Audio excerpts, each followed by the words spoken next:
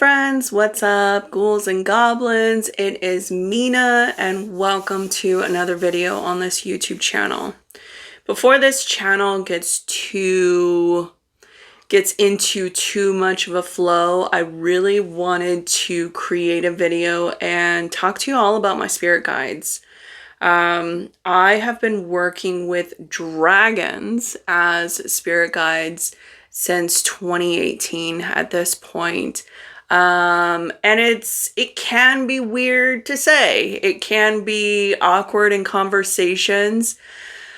In my human muggle existence outside of my energy work, shaman work, magic workings, witchy workings, I'm in upper management. I'm in a leadership position, and so it can be challenging to kind of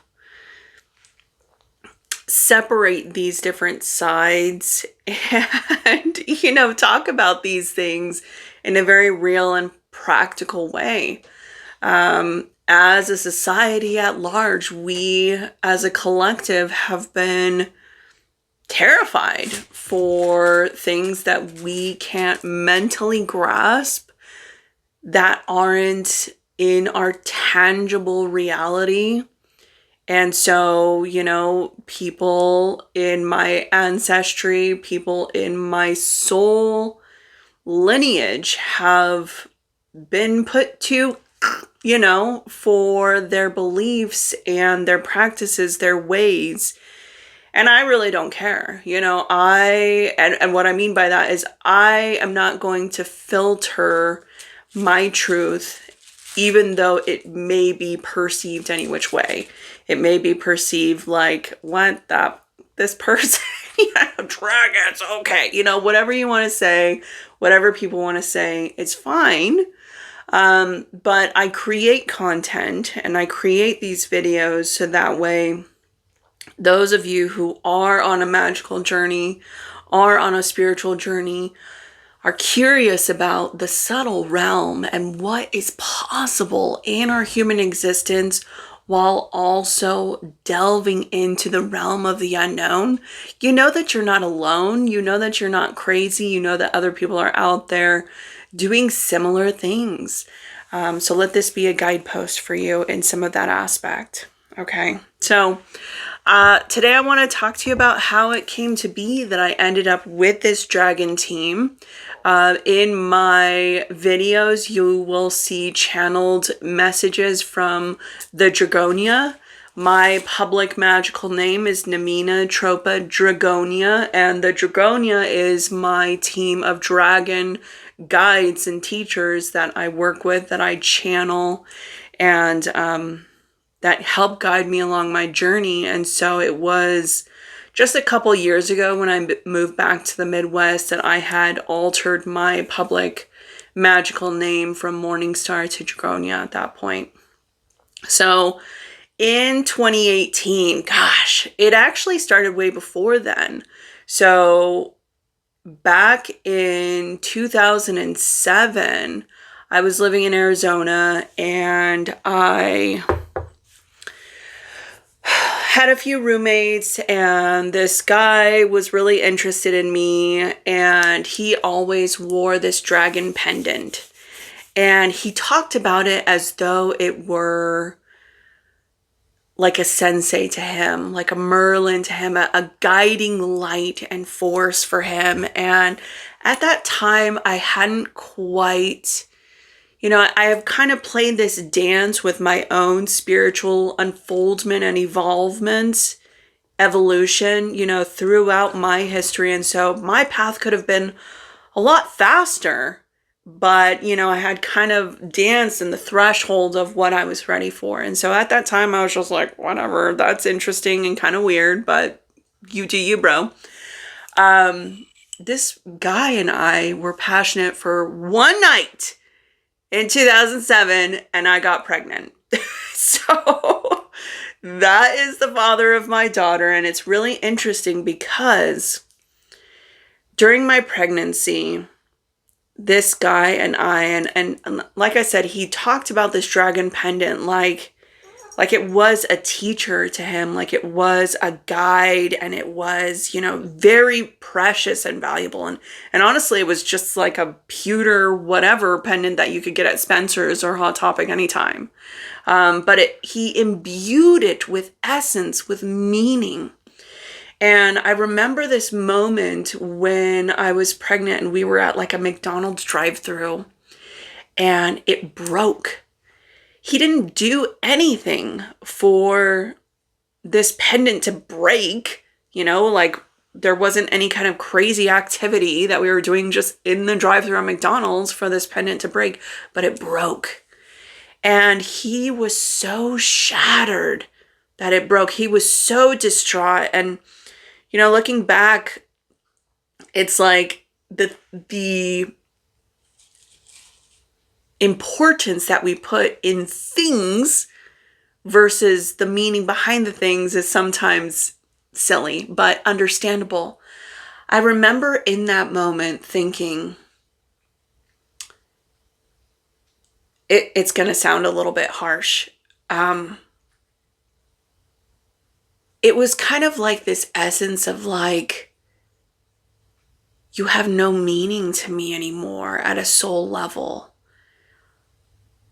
And it's weird because I didn't feel any calling or draw to the dragon pendant that he was wearing, but it was like this claircognizant, this inner knowing of the essence that he had within that pendant was real, was dragon, and now was in my belly, in my child. And this person and I weren't in a relationship. We weren't in love or anything. It was a total love baby because Mina wasn't responsible with birth control. But, and like I said, it sounds harsh to say, like, you know, okay, you've done your purpose, you know, purpose fulfilled. Thanks, buddy. And I didn't think anything of it. I wasn't drawn to dragons at all.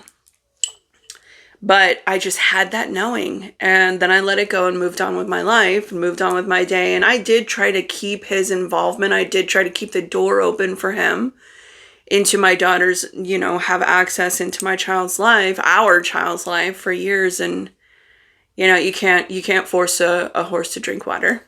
So we'll just leave that there. A couple years later, I was in the East Coast. I was living in the East Coast. And I had met another toxic man, and we had started a metaphysical shop. We had started a witchy store together called Under the Moon Shop. We were out in Rochester, New Hampshire.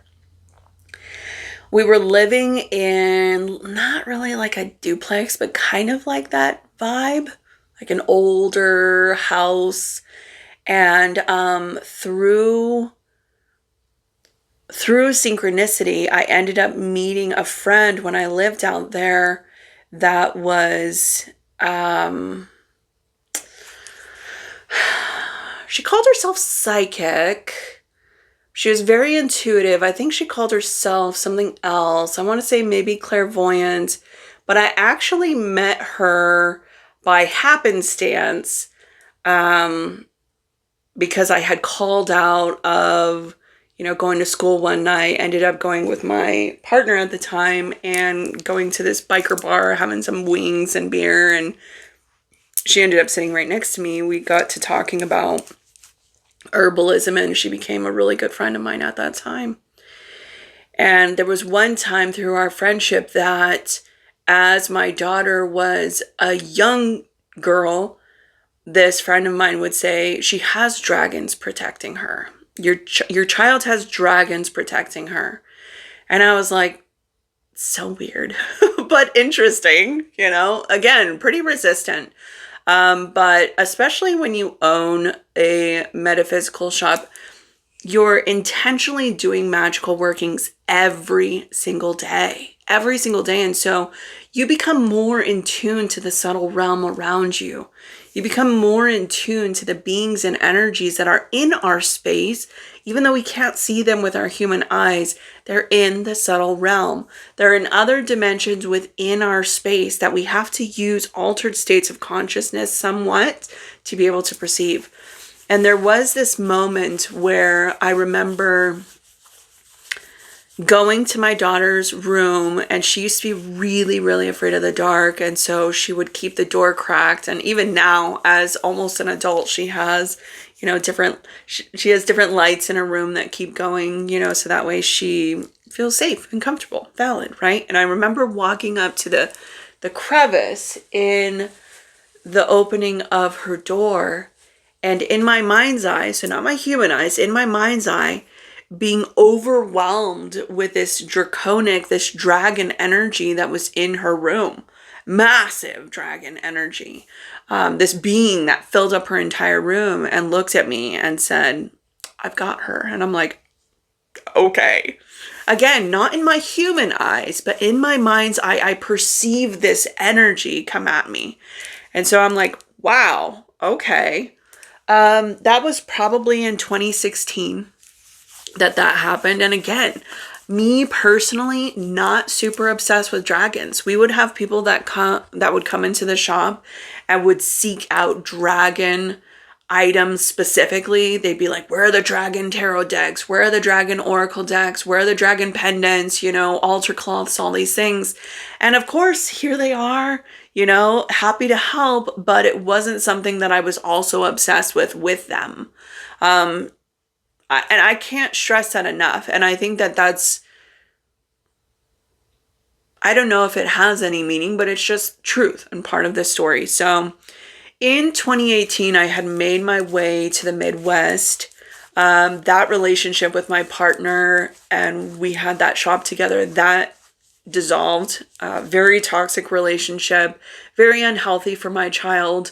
Not something that I wanted to be a part of as a reputation for a healing, metaphysical based service. I was like, I can't be associated with this person.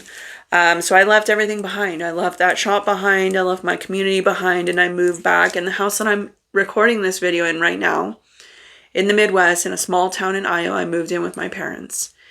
And I was living with them for a little bit, and then I had met somebody else, ended up moving in with him. I think you're sensing a pattern. Anyway, I've finally gotten to a point where I live by myself with my kiddo, and I'm like, I'm going to be very intentional before I live with a man again. Not because anything, but just because sometimes we move in with people a little prematurely for the wrong reasons, and I want to make sure that it's done correctly the next time. Too many trial and errors. So I was living with a partner here in Iowa, a couple blocks down from where I'm living here. And very, very sweet guy. He actually let me have my own room in the upstairs area. Beautiful space that had a bunch of windows. And I used that as like my office / magical working room.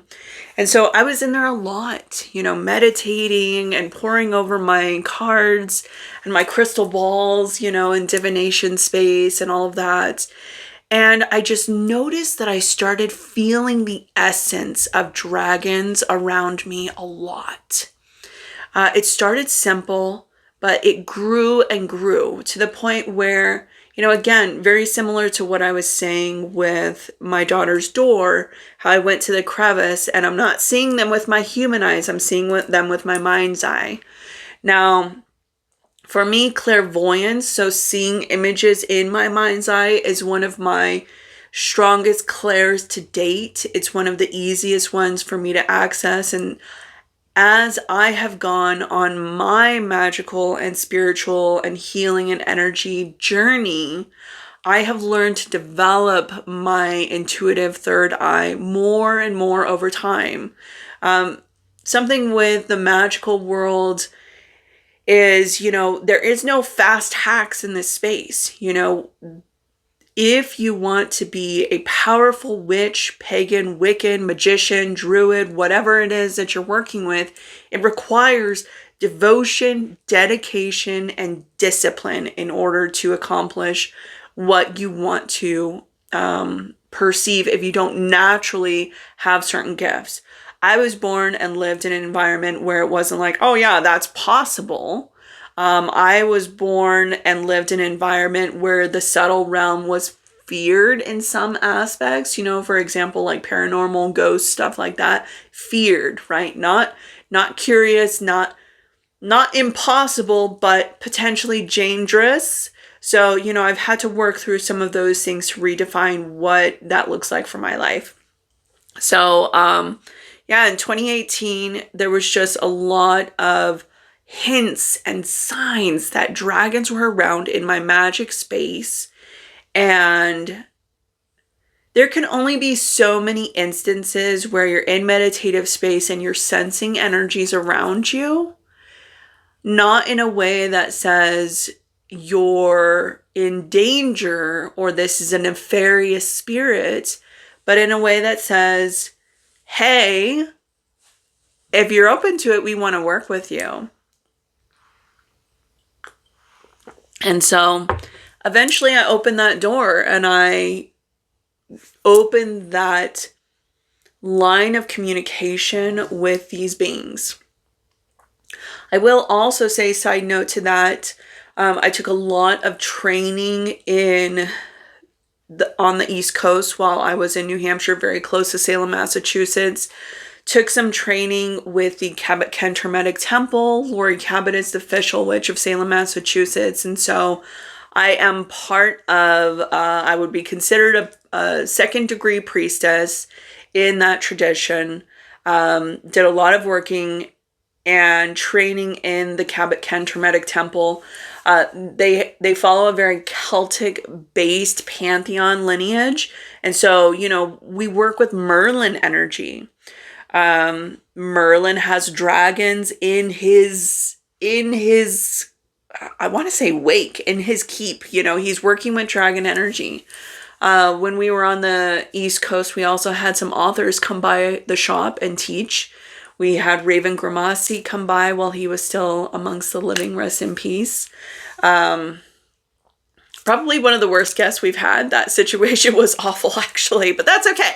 It could have been better if a few things had changed. But anyway, we had Christopher Penzak come by multiple times to teach and lead classes, and some of his classes that he teaches are dragon magic, working with Merlin. And so I've been in environments where, we're talking about dragons, where we are inviting that energy in.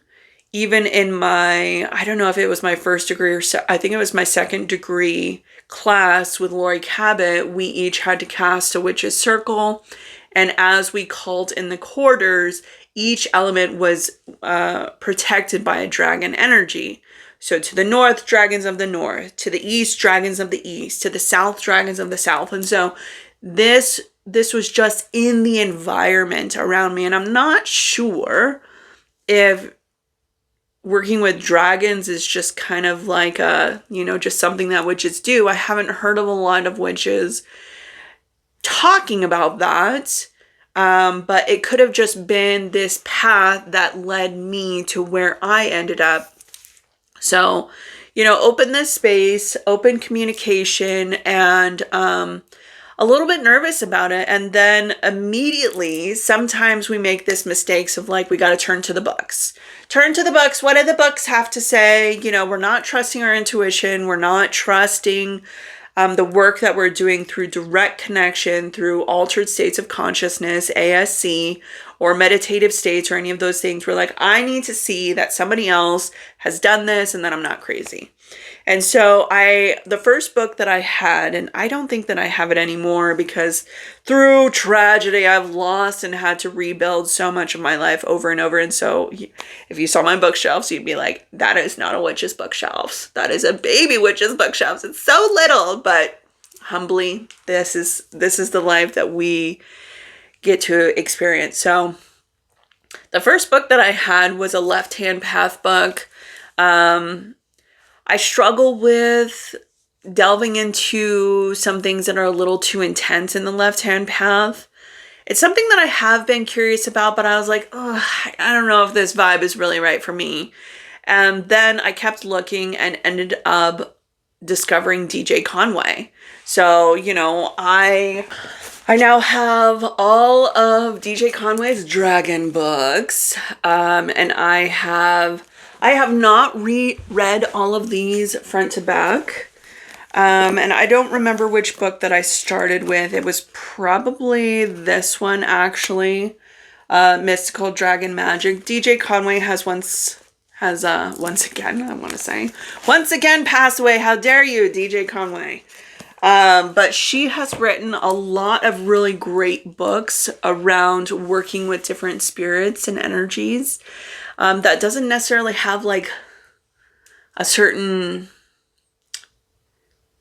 structured path that goes with it. It's like dragons are available and they are beings that could have a multitude of different personalities and energies.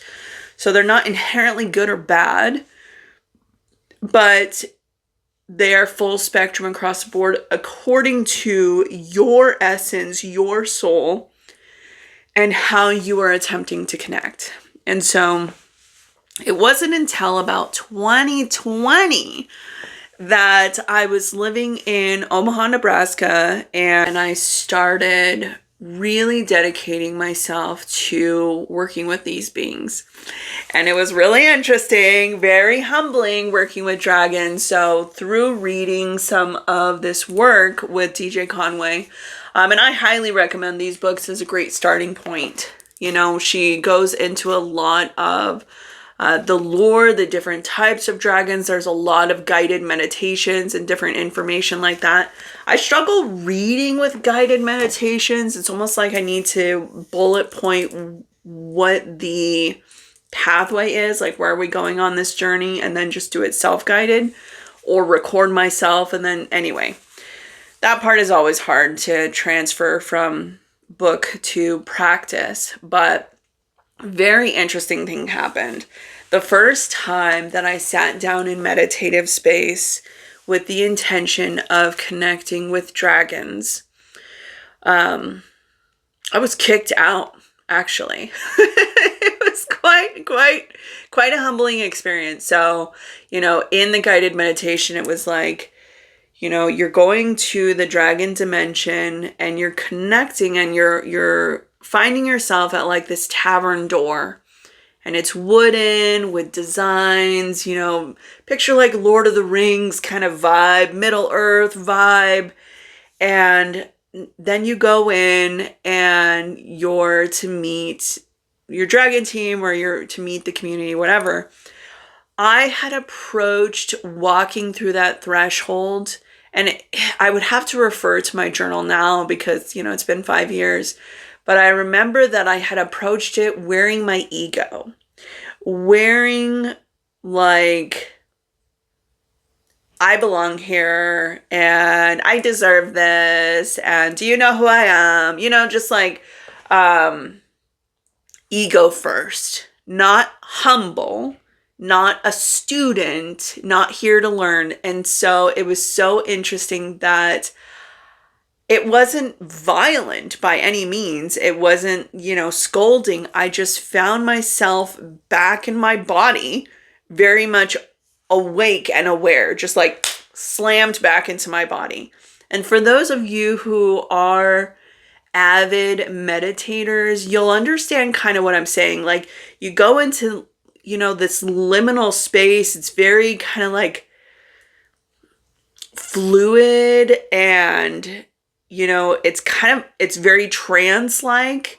And to be in that space, connecting in a different dimension, connecting with beings, to like slammed back into your body, it's obvious. Because usually when we come back to our bodies, it's slow, we're slowly stretching, we're feeling ourselves coming back. It's like almost waking up from a deep sleep. We're counting ourselves back. So that was... It was awesome, actually. I had so much more respect for those beings as guides after that. Very humbling experience. And I was like, okay, I see you. So working with dragons, they are very wise. They're very old. They're very powerful. They're very magical. And so, you know, it had taken me a little bit to get into a good swing of things. And honestly, I'm still refining the process. Their potential and their capacity, I don't want to say it scares me, but I know that they will hold me accountable for what I say that I want to do. And so it has been hard for me to actually dedicate myself to working with them because I'm like, ooh, am I that disciplined within my own life? Which I should be, and I need to move in the direction towards. So it's been a journey. It's been a lovely journey. Going into meditative space and seeking them out more often and understanding that they are a very strong spirit team that I work with. There have been times, especially moving back to this space, because moving back here in the Midwest, it's weird because we're in the middle of America, like Mid-America Center is like 40 minutes away. So we're in the middle of America. And it could be this old house. Definitely this old house is part of it because this house is from the 1800s. It's so old that like they didn't capture what date it was built. So there's definitely energy here as well. But what I found moving back here is there would be times that I would just be so tired. Like, ooh, I need to go for a nap. And I didn't have anywhere to be, so it wasn't disruptive where like I had to fight against it. I was like, my spirit team is trying to do something and I'm going to go lay down. And so what I found was getting this like overwhelm of fatigue or exhaustion or whatever, and I'd lay down and I wouldn't actually fall asleep. I would immediately find myself in liminal space again. I would go to what I would consider to be the lower world. You know, I've been doing a lot of shamanic journeying lately. My witchcraft path has kind of evolved into like shamanism. So kind of understanding the different worlds is something that we do more in shamanic practice than I did personally as a witch. So I found myself in lower world and I would be in a circle with other dragon magicians, and we would all be sitting in these seats, very wooden, you know, carved chairs, and each of us would have our dragon that was behind us. And I wouldn't always know like what workings we were doing, but they were working through us to create certain change that was needed in the frequency of the planet. So that has been something that I have done a lot working with dragons. I've also felt their essence come through me. So channeling that essence has been a strong energy that I have experienced working with dragons as well. And then I discovered my Dragonia team. So originally I had a few dragons of different ages because, you know, sometimes you might discover these cute little dragons. I haven't heard from this one in a while, but I had this little dragon that was called TT that would be around me. And then I would have some other dragons that were bigger, not so small. They have such a large lifespan where, you know, the younger ones may approach you first and foremost until you kind of show your worthiness. Dragon energy is definitely not like nurturing goddess, moon goddess vibe. You know, it's not like working with Bridget or anything where it's like, you know, I'm soft and gentle and I'm here whenever. Like they will hold you accountable, you know, and they're interested in working with people that are willing to do the work, willing to be dedicated and all of that good stuff. So those are just some of the ways that I have been working with them. It's kind of evolved into bringing them more so into my magical workings. Now that I have developed and gotten to know this Dragonia team, they have kind of morphed into just one being that I call Sensei Dragonia now. And I see him like a Mr. Miyagi or like some of those Asian movies. I want to say like Crouching Tiger, Hidden Dragon, you know, like the sensei with the long eyebrows, like flying off in the wind, but like in draconic form. You know, I've sat down on a bench with Sensei Dragonia in a human form in like this cherry blossom lane. It was just beautiful. And dragons may present themselves as human. You know, they are shapeshifters, and that kind of messed me up sometimes because I'm like, okay, I'm speaking with a dragon, but like you're in human form and like I don't understand. But actually, and this is just coming through now as a reminder, but when I did my Reiki class, so working with dragons had infused itself within my Reiki training pretty heavily. When I went for my master Reiki training, there was another Reiki practitioner that was taking her master Reiki training, and she also worked with dragons. So there was like a huge dragon energy in our master training. My Reiki practice ended up being titled Dragonfire Reiki. I would go into meditative space. I would ignite myself with Reiki, and I felt myself engulfed in draconic flames with like the Reiki kanjis, like almost like a matrix, like drizzle, or you know what I mean, like like the code matrix, like flowing through this draconic flame, but in the Reiki kanji symbols. So their essence, their presence just became infused within every aspect of my magical life. And now it's kind of evolved into more of this channeling space, so that way they can share their messages to humanity directly.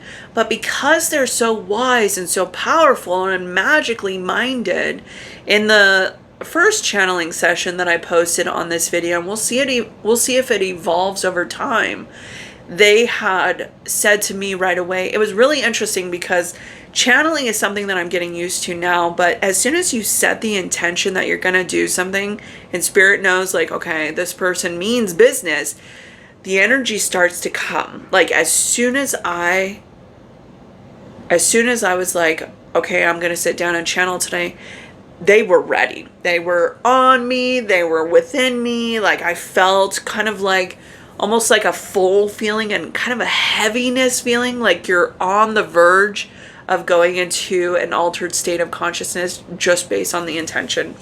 So channeling their energy is going to be something that I am doing more and more as I continue to develop this relationship. The relationship is definitely evolving.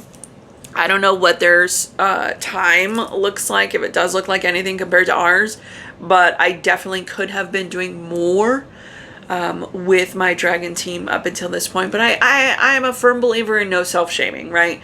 I'm not in competition with anyone else. I'm only in competition with myself.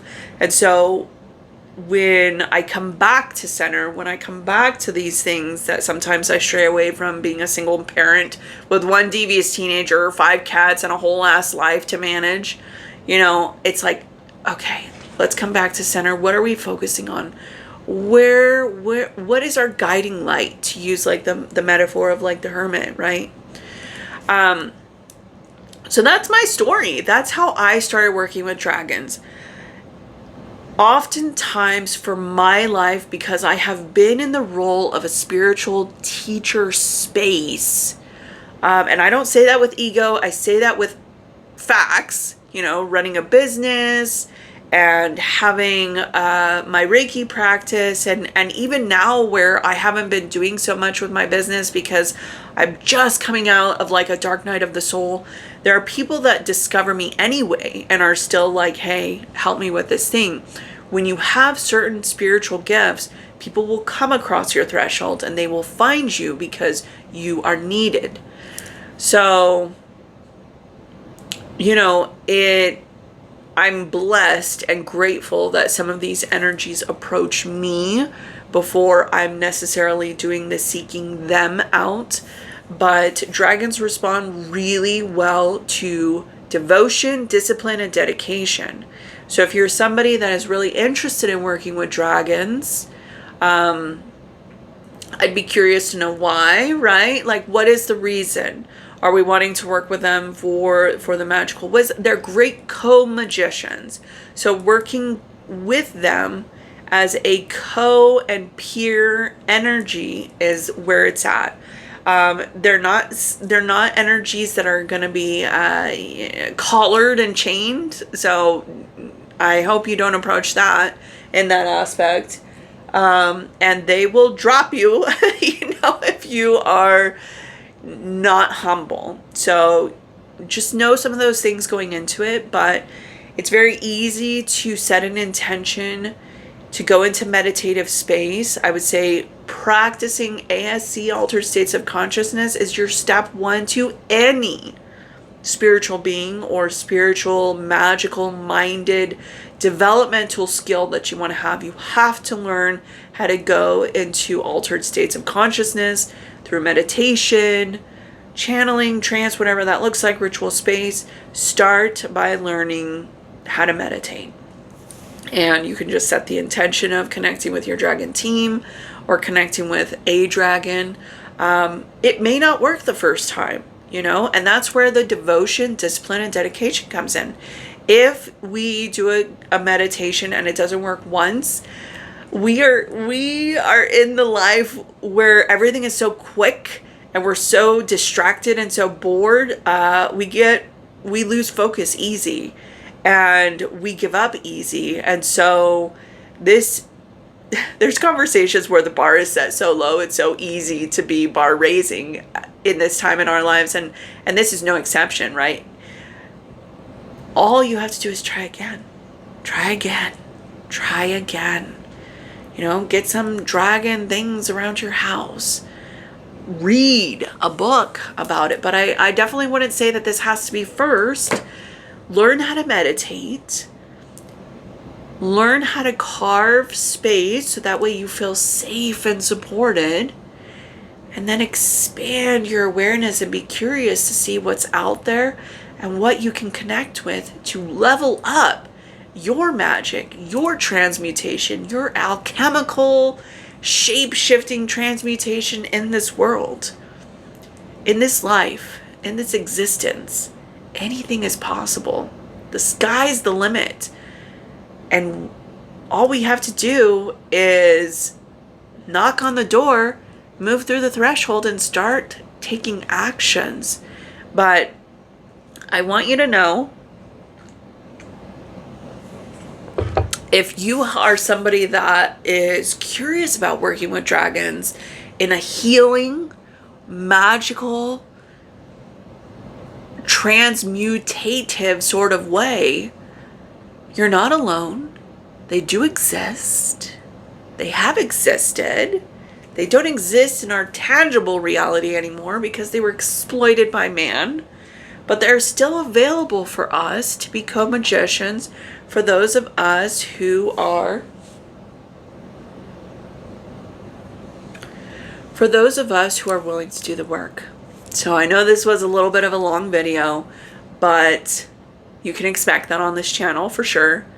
I just wanted to share this with you. So this is kind of a full conversation. A lot of videos on this channel aren't scripted, so I just want to be authentic and real and just hold space and have conversation. So if you have any questions, if you have certain experiences or stories that you would like some clarification on what this means for you or anything like that, then feel free. Of course, that comment section is at your disposal. If you would like to be anonymous, I do have my email address linked in the about section. Any which way to get a hold of me further is always going to be down in that description box. Don't forget to like this video and subscribe to this channel so that way you can stay up to date with videos as they come out. I will be doing